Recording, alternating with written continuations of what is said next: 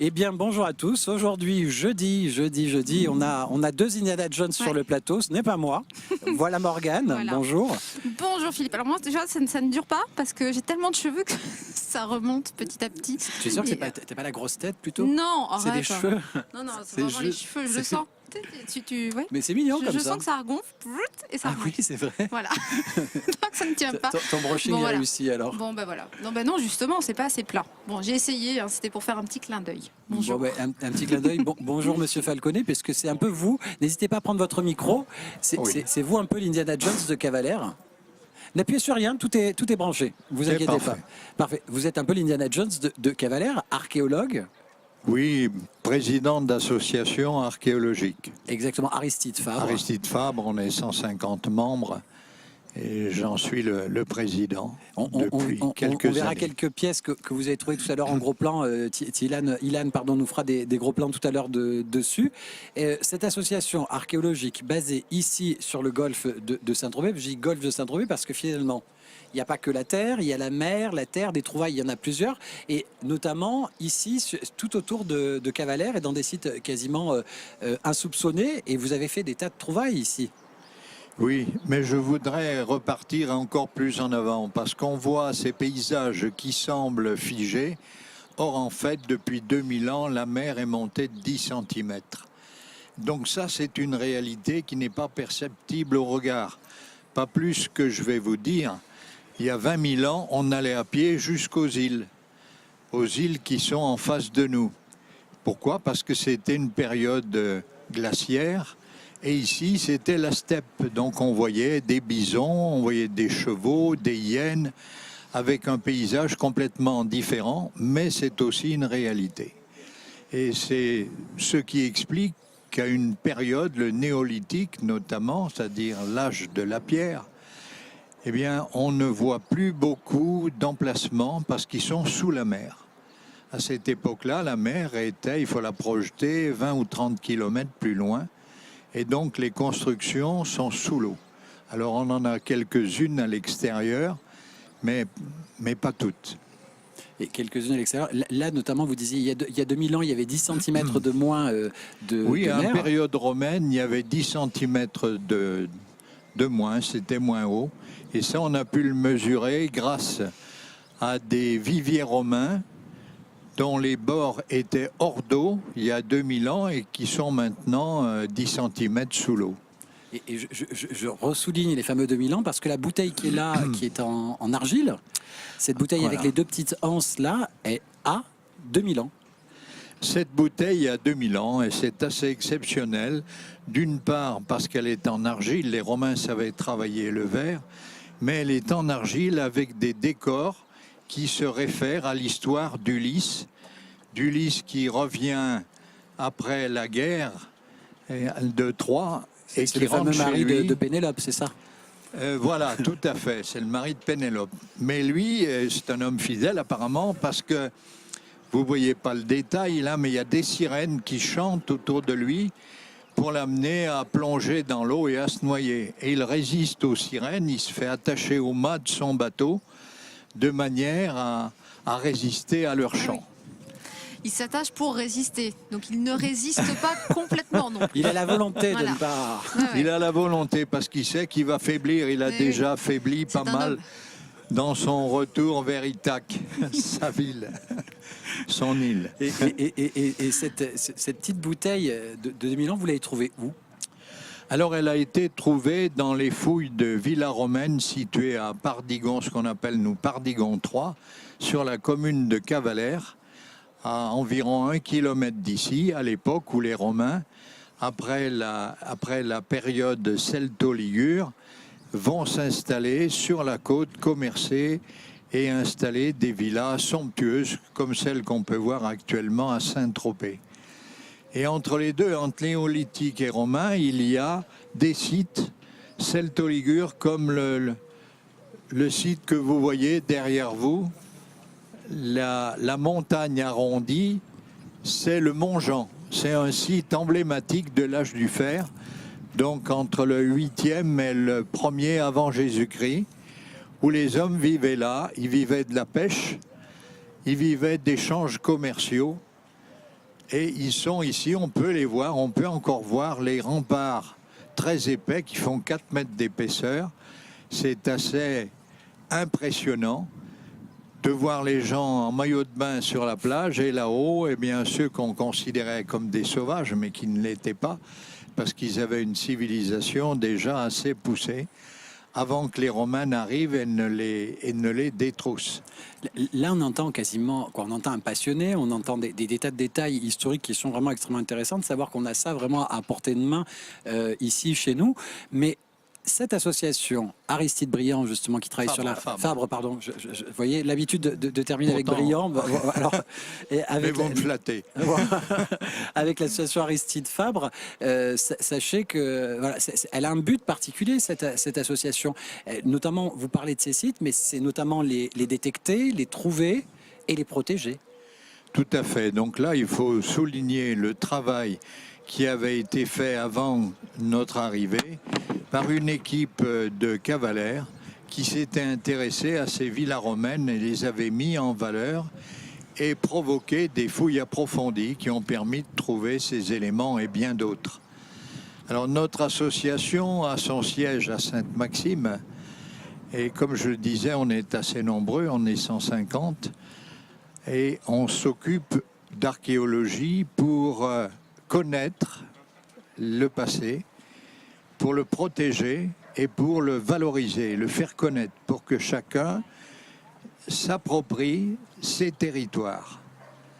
Donc voilà, c'est le but de notre association. Pour cela, eh bien, on fait des expositions de ces objets d'histoire. Actuellement, il y en a une jusqu'au mois de septembre, jusqu'au 2 septembre, c'est une expo, l'expo Joncherey notamment.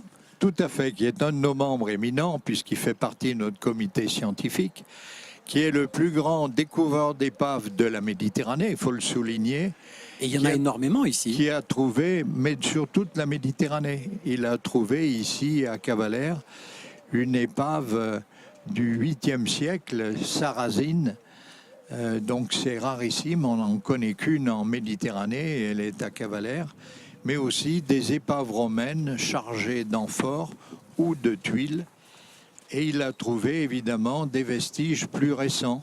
C'est ce qu'on peut voir dans l'exposition. Donc c'est la première qui est en cours actuellement, qui va être inaugurée sous peu. Et côté marin, ici, en plus, on a d'autres choses, parce qu'on parle de ces vestiges-là, mais il y a des vestiges plus récents. On en a certains aussi qui tournent autour de la Première Guerre mondiale aussi, qui sont... Absolument, il y a des bateaux, il y a des sous-marins. Des avions. Qui ont été coulés. Il y a des avions de la Deuxième Guerre mondiale, avions américains ou avions allemands ou italiens, qui gisent par le fond ou qu'on a retrouvés sur les plages aussi, puisque le débarquement a eu lieu là. Grand phénomène historique. Donc après le néolithique, on a l'âge du fer sur les collines, ensuite la période romaine, le Moyen-Âge et même la période récente avec le débarquement sur nos côtes et 300 000 soldats français qui débarquent avec la première armée française. Si je vous dis, par contre, 3600 mètres carrés, villa romaine, c'est laquelle? Ça me dit quelque chose. C'est laquelle? Parce que c'est immense, 3600 mètres carrés de villa romaine. Alors, on a sur la côte plusieurs villas romaines. Celle qui fait 3600 mètres carrés est encore visible. Elle est sur la Croix-Valmer, avec des murs qui font encore 2 mètres de hauteur. Donc c'est un complexe très important que les Romains savaient manager, puisque en hiver, ils étaient à Fréjus, qui est la capitale locale, où ils ont leur maison, leur domus, où avec l'enrichissement, eh bien, ils vont offrir des fontaines, des monuments, etc. pour leurs concitoyens. Et en été, ils sont ici sur la côte pour recevoir leurs amis. Et surtout boire du vin, parce que de quoi vivaient ces Romains? Ils vivaient de la vigne essentiellement. Les Grecs l'avaient importé 600 ans avant Jésus-Christ à Marseille, mais c'est les Romains qui vont diffuser dans tout l'Empire romain la vigne. Il y a pas longtemps, on se situait à La Selle, au niveau de l'abbaye de La Selle, et actuellement il y a une exposition qui tourne autour des dieux et des Romains, et on nous disait justement que dans les fouilles archéologiques qui ont été faites sur tout le territoire varois, le personnage mythique qui a été le plus retrouvé, c'est Bacchus. Bacchus, tout à Bacchus fait. est vraiment le dieu le plus vénéré à l'époque, justement, puisque Et encore aujourd'hui, la vigne était importante, hein, puisque elle est restée. elle est restée pour Ouais. beaucoup, mais comme toi, elle reste aussi de la, je sais pas, en culture aujourd'hui, tu vois, puisque là on parle de culture Alors, qui remonte à 2000, 3000 ans et même Oui. plus. Tout à fait. Et en culture plus actuelle. Ce n'est pas de l'archéologie, mais ça date quand même un petit peu. Oui, c'est le groupe Trust. Ah oui. Antisocial, cette. Antisocial. Voilà. Vas-y. Non, non, non, Non. non. Stop. Alors, Antisocial, c'était donc le titre dont on se rappelle. Alors, ce qui est marrant, en fait, avec Trust, c'est que c'est du métal, c'est du hard rock, et pourtant, ça a eu un succès populaire. C'est passé en radio. Alors ça, c'est un truc qu'on n'entendrait plus aujourd'hui. Donc, à la fin des années 70, début 80, il y a quelques années, Norbert Krief, qui est le chevelu, tournait tout seul.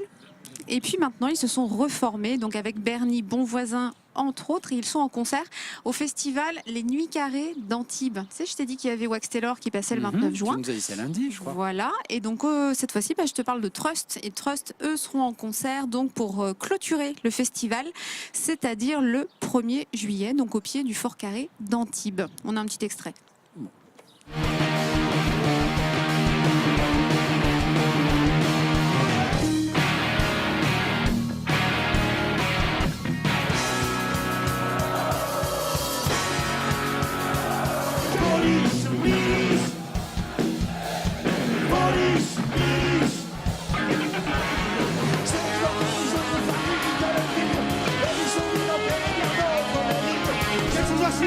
La destruction, car de nous la mariée vous allez.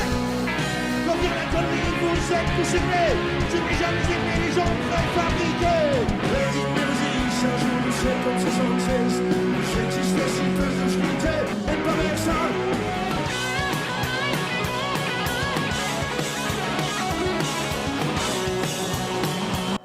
Alors tu vois, il paraît que la musique adoucit les mœurs avec Trust. Je ne suis pas certaine. Par contre, je pense qu'on peut passer une bonne soirée. Tu as vu qu'il y a une ambiance assez survoltée. Et puis je pense que beaucoup de nostalgiques seront ravis d'aller revoir Trust. Donc le 1er juillet à Antibes, aux Nuits Carrées, donc au Fort Carré d'Antibes. Et puis tout à l'heure, on verra un autre chanteur un peu plus calme, un peu D'accord. plus doux. C'est quelque chose de plus doux. Ouais, de plus doux. Et ça adoucit vraiment les mœurs, ce que tu nous Oui. prépares. Ouais. Et tu veux pas un indice, un truc, donne-moi juste au moins un indice. Ah, il est chevelu, un tantinet frisé, et souvent, il chante avec quelqu'un d'autre. Chevelu Un peu et chante avec frisotté, quelqu'un. qui est Je un sais peu pas, plus je sais pas. petit, Je vois. brun. Je vois Il pas. chantait On beaucoup verra sur la tout à mer l'heure. aussi. Mais vous, mesdames et messieurs, si vous trouvez un chevelu qui chante avec quelqu'un, petit, Avec un plus petit. à avec un plus lunettes. petit, on verra. C'est l'autre On va qui est voir plus si petit. vous avez trouvé. Et dans quelques Ils ont instants, fait on- une tournée on- en duo il n'y a pas très longtemps. Ah, mais tu affines trop là. Tu donnes Ah trop ouais, je donne d'indices. plein là. d'indices, là. Là, je commence On à, gagne à quoi, com- je d'ailleurs, commence si on à prend comprendre. On gagne quoi? Un après-midi avec Morgane. Oh, quelle chance. Si Au vous voulez bureau. jouer, Monsieur Falconet, n'hésitez pas. Et, Avez-vous trouvé? on verra tout à l'heure parce que là, on disait justement votre association Aristide Fabre, et justement pour le côté archéologique, je vous trouve extrêmement passionnant et vous abordez des tas de choses qu'on connaît peu finalement sur notre territoire et sur des choses qui sont tout à côté de nous, ici derrière, là aussi devant moi. Et tout ça, on peut assister à des conférences pour apprendre des tas de choses, je pense. Oui, tout à fait. C'est-à-dire, dans nos activités, nous faisons de la prospection pour déterminer les sites et pour intéresser et faire participer les gens à leur patrimoine, des conférences. Donc, on en fait une par mois dans les 12 communes du Golfe, indifféremment, des expositions.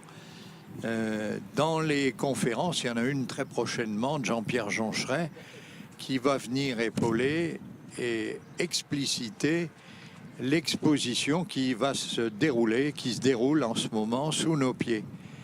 Voilà, sous la mer. Vous avez raison, sous nos pieds, parce que là, on est sur la terrasse de l'Office de tourisme et de la Maison de la Mer de Cavalère. On est tout à côté de la... Donc, il suffit de venir ici, juste en dessous. Là, les gens ont un panorama incroyable s'ils y viennent. Et en dessous, ils ont la Maison de la Mer avec des expos régulières qui sont organisées, puis l'Office de tourisme sur lesquels on peut se renseigner sur des tas d'événements. Et donc, l'expo est en dessous et les conférences aussi. Et les conférences ont lieu à la médiathèque. Donc, c'est le 14 juin, mais il y aura, c'est plus facile de se renseigner auprès de la médiathèque pour réserver un emplacement pour venir écouter Jean-Pierre Joncheret. Et vous faites aussi des sorties, je crois. Alors nous faisons des sorties très régulièrement sur des sites tous les mois, sur des sites historiques proches ou lointains. Là, ensuite, nous faisons un voyage annuel. Cette année, ce sera dans le Queyras, Briançonnais, tout ce secteur que l'on va éplucher au niveau antique, mais aussi médiéval. Et vous êtes tous que des bénévoles, je pense. Alors voilà, oui, vous avez raison de le souligner. On est fiers d'être bénévoles, sans rien demander, d'apporter de notre temps, de nos connaissances, apprendre nous-mêmes et faire partager. Voilà, c'est notre souci premier. Avec un sujet qui fait débat ici à Cavalère, comment s'appelait Cavalère en son temps? On sait que c'était un hameau dépendant de Gassin, mais son histoire est peut-être une histoire grecque qu'on essaye de démontrer. Malheureusement, tout ce qui aurait pu être prouvé est là, sous le port, a été détruit sans qu'on puisse faire au préalable une fouille qui aurait été intéressante. Néanmoins, un secteur a été fouillé dans Cavalère qui était un petit port romain qui a été fouillé à 400 mètres d'ici, très intéressant, tout comme on a trouvé des éléments de thermes ou des restes de vignes ici, voilà, intéressant. Alors tout le monde dit Cavalère, alors certains disent ça vient de cheval, Cabellus, etc. Mais pourquoi Héracléa, Cacabaria? C'est grec. Héracléa, c'est Hercule. Chaque fois que les Grecs implantaient une cité, ils choisissaient comme dieu Hercule, en grec, Héracléa. Et Cacabaria, ben, il suffit de regarder autour de nous, c'est la traduction de marmite. Si vous regardez depuis la pointe avec le retour, eh bien, il ne faut pas chercher plus loin. C'est la marmite d'Hercule. Tout comme sur hier, on a une description d'Hercule, un hôtel qui lui est dédié. Malheureusement, ici, on n'a pas trouvé l'hôtel. Les fameuses 12 travaux d'Hercule, il y en a peut-être rue derrière, parce qu'il aurait fait un joli ouvrage, là, notamment Hercule. Hein. Et en parlant d'ouvrage, parce que moi, là, depuis tout à l'heure, ça trotte dans ma tête. Est-ce qu'on a le droit à la réponse? Vous avez trouvé, vous, de qui elle voulait parler tout à l'heure, quand elle disait un chevelu? Non, moi je suis béotien, je l'écoute avec intérêt, beaucoup. Il ne veut pas gagner un après-midi avec moi. Ah, je vais bien le gagner sans répondre. Il se méfie, il a bien raison. Il a 73 ans. Oui. Ouais. Il a fait une tournée il y a 2 ans, on va dire, donc avec son collègue, musicien également et chanteur. Et on a toujours cru qu'ils avaient travaillé ensemble, en tout cas qu'ils avaient fait un album, des titres ensemble, alors que finalement jamais. Ils se sont invités l'un et l'autre sur scène, mais ils n'avaient jamais fait d'album tous les deux. Il n'y aurait pas un Alain et un Laurent dans cette histoire? Voilà, c'est ça. C'est monsieur Alain Souchon qui sera le 21 juin. Donc c'est moi qui l'ai gagné l'après-midi. Voilà, mesdames et messieurs, c'est moi qui ai passé un après-midi avec Morgane. Je le ferai à titre professionnel puisqu'on aura l'occasion de le faire. Pour me faire travailler une fois de plus. Bravo Philippe, merci. Alors Alain Souchon, donc on lui doit entre autres, il y a de la rumba dans l'air, sous les jupes des filles. Rumba dans l'air. Tout à fait. Sous les jupes des filles. Je sais plus. Ah, l'air. mince. Et on lui doit aussi, j'ai 10 ans. Alors j'ai 10 ans, tu sais, mardi, on a vu un petit bout d'interview de Michael Gregorio. Ça lui a donné l'idée d'appeler son spectacle J'ai 10 ans pour ses 10 ans de tournée, ses 10 ans de carrière. Voilà, donc on le doit aussi à Alain Souchon. Alain Souchon donc sera gratuitement, donc ça c'est un super bon plan, il sera gratuitement en concert le 21 juin donc pour la fête de la musique à Saint-Tropez. Et à première vue, donc il y aurait 2 soirées. Alors j'ai pas réussi à trouver plus de détails, mais j'ai pensé à Saint-Tropez parce qu'on y sera la semaine prochaine. Exactement. Donc, un petit clin d'œil, mais comme ça les gens ont le temps de s'organiser. Il sera le 21 juin gratuitement donc à Saint-Tropez et le festival de la musique là-bas s'appelle Do You Saint-Tropez. Tu vois, c'est plus calme. J'avais promis ça un tantinet plus doux que Trust. Hein, c'est un autre. Do you Saint-Tropez. Oh, c'est beau. Oh, la transition, c'est dingue. Et donc, l'air de rien, il va bientôt fêter ses 50 ans de carrière et tu vois qu'il est toujours aussi motivé, passionné. Voilà. Il est là. Il est là et nous on adore. On moi, adore. je me Il est régale. calme, mais par contre il dit beaucoup de choses. Hein. Si on analyse les textes. Alors, ta dernière analyse de texte, qu'est-ce qu'elle a sorti sur justement le message que Alain Souchon nous envoie? Voilà, Ouvert la nuit, j'ai pas eu l'occasion de suffisamment l'entendre, mais je vais te faire une petite analyse, je te prépare ça pour la semaine ça prochaine. marche. Pour la rentrée. Ah, j'ai le temps. Oui, alors. tu as le temps pour la rentrée de septembre. Oui, alors pour écouter ça te 3 fait des minutes de devoirs chanson. de vacances, ça se fera. Ouais, ça va. Bon. Et j'aimerais qu'on revienne quand même à Monsieur Falconet. Bah oui. On parle depuis tout à l'heure de cette association Aristide Fabre. Aristide Fabre, on en parlait notamment des conférences, des sorties, mais il y a aussi une mission qui est la partie protection que vous avez aussi. Vous voulez éviter le saccage des lieux et des endroits où vous avez la chance de trouver ces zones à protéger. Oui, tout à fait. Donc, on commence par la prospection, particulièrement les vignes, parce que la terre est labourée et qu'on trouve plus facilement des tessons. Avec des tessons, on identifie les objets, la période. La protection est importante. On avait un site sur lequel on a travaillé pendant près de 10 ans, tout près d'ici, la Villa romaine de Pardigon. Donc on l'a clos parce que quand j'y suis arrivé la première fois, en pré-retraite... La chapelle de Pardigon est beaucoup plus récente, c'est 1880, vous m'aviez dit, je crois, non? Non, ça c'est la chapelle, je vais en toucher 2 mots. Non, c'est la Villa romaine, on avait 2 villas romaines, une sur Cavalère, une sur la Croix-Valmer. Et j'y ai vu des cirques installer leurs chameaux, leurs animaux, ou des bergers amener leurs moutons qui sautaient dans les cases. Et évidemment, quand ils voulaient sortir, ils arrachaient les pierres. C'était pas l'idéal. Donc, c'est une première installation qu'on a faite qui était de mettre des grillages tout autour et de protéger et de faire visiter avec l'historique des lieux. La deuxième, c'est d'indiquer au service de l'archéologie, à la direction de l'archéologie, quand on trouve des sites, quel site on a trouvé, de manière à ce que s'il y avait des travaux futurs, d'ordre général, communal ou etc., il y ait une protection et qu'avant on fasse une fouille pour s'assurer de ce qu'il y a en dessous et que ce ne soit pas détruit par un coup de pelle mécanique. Et quand vous trouvez ces lieux, ces endroits, vous le disiez, c'est une association, vous faites tout ça bénévolement et gratuitement, avec vos moyens aussi, je suppose. Oui, tout à fait. Donc nos moyens, c'est déjà 150 membres, c'est 150 cotisations.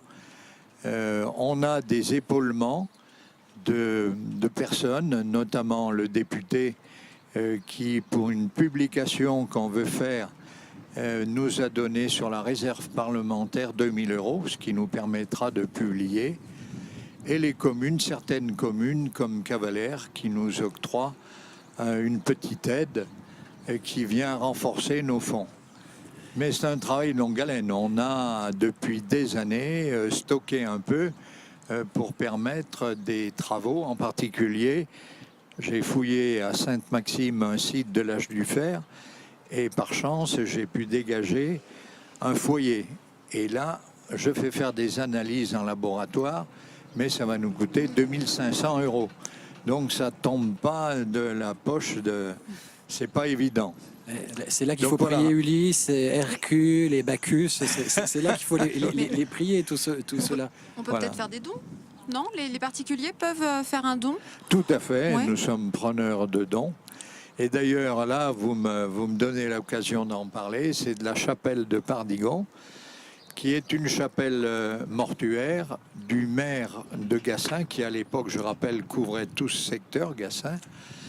Et après sa mort, un an après, son épouse a fait ériger une chapelle en pierre de serpentinite verte, typique de la région. Et quand nous avons abordé le sujet, il était question de la détruire. Donc j'ai pris l'engagement de la protéger, de la restaurer, et on est dans cette restauration. Donc avec la Fondation du patrimoine, on fait un appel au peuple qui est intéressant, puis celui qui verse bénéficie de 60% de réduction d'impôts. C'est le cas aussi pour les entreprises. Finalement, quand on donne 100 €, c'est comme si on n'en donnait que 40. Absolument. Même, je crois que c'est pas 40, c'est même 66. 36. 66. C'est 34 €, voilà. Voilà, C'est ça comme si on en fait donnait 34 €. Pour être précis. Alors tout à l'heure, vous parliez des vignes. Ça veut dire que des vignes, ça appartient donc à un domaine, il y a des propriétaires. Comment ça se passe quand vous allez fouiller justement dans ces vignes et qu'après vous devez peut-être protéger l'emplacement parce que... Bien, les vignes, on demande l'autorisation aux propriétaires, que ce soit les vignes ou la colline, de prospecter, de regarder. En général, ça se passe très bien. Ouais. Et c'est ainsi que j'ai pu faire une fouille à Grimaud, parce qu'on avait détecté des éléments intéressants de la période romaine. Et ce viticulteur était enchanté. Il a assisté tous les jours à nos travaux et il était encore plus en admiration que nous sur ce qu'on trouvait. Mais alors Il ça, ne pensait pas qu'il y avait une telle richesse et qu'avant lui, il y a eu des vignerons romains. et ça ne peut pas remettre en cause son activité une fois qu'on trouve Non. des Non, parce que des antiquités? pour que la direction de l'archéologie commande une fouille, c'est très complexe. Parce que, pour expliquer, c'est-à-dire que le travail que fait M. Falconet, c'est la question que je voulais justement vous poser, c'est-à-dire qu'une fois que vous avez fait vos trouvailles, ça permet de le rajouter sur une sorte de registre. Alors voilà, c'est un registre national sur Une carte lequel archéologique. c'est une carte, la carte archéologique, qui s'appelle la carte archéologique de la Gaule. En raccourci, on dit la CAG. Voilà. Ah, la CAG, C'est pas très esthétique. c'est mais parce enfin, qu'ici on c'est sait. Cacabaria, peut-être. Ouais. C'est peut-être pour ça. Voilà. Et c'est ce qui motive la deuxième exposition qui va suivre, En septembre. celle de Jean-Pierre Joncheret. Et après, donc jusqu'au 2 septembre, on a Joncheret, un rapport avec la mer, et on vient Voilà. au côté Et après, terrestre à partir de septembre. c'est comment vivaient les cavalerois il y a 3000 ans et 2000 ans.